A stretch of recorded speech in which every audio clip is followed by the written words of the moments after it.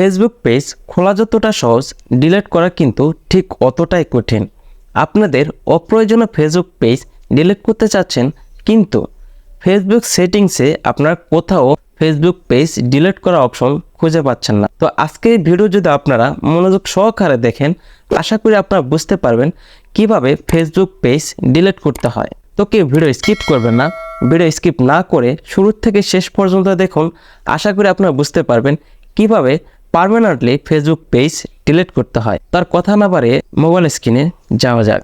প্রথমে আপনার যে কাজটা করবেন, ফেসবুক মেনুতে চলে যাবেন। তারপর এখানে যদি আপনাদের পেজ সুইচ করা না থাকে, তো আপনাদের ফেসবুক পেজ সুইচ করে নেবেন।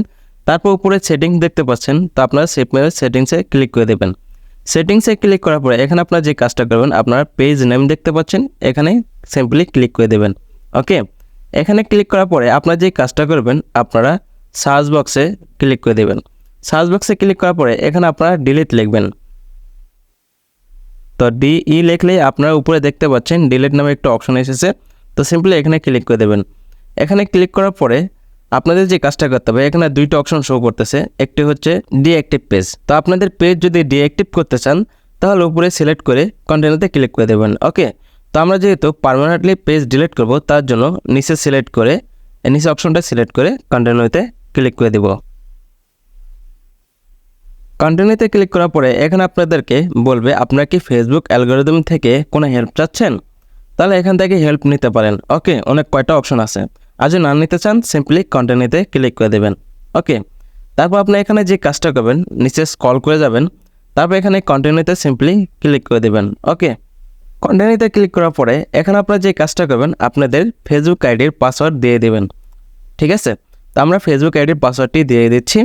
তারপর আপনার যে কাজটা করবেন, কন্টিনিউতে ক্লিক করে দেবেন।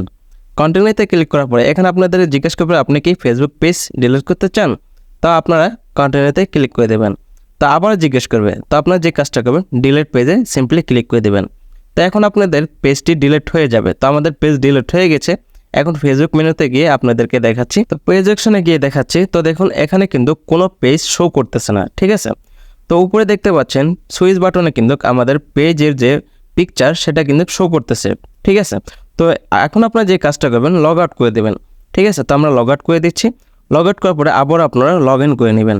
তো লগ ইন করার পরে এখন কোনো পেজ শো করবে না। মেনুতে গিয়ে দেখাচ্ছি, তো দেখুন কোনো পেজ শো করতেছে না। তো ভিউয়ার্স, আশা করি আপনারা বুঝতে পেরেছেন কিভাবে আপনারা ফেসবুক পেজ পার্মানেন্টলি ডিলিট করবেন। তো আজকের মতো এখানেই শেষ। সবাই ভালো থাকবেন, সুস্থ থাকবেন।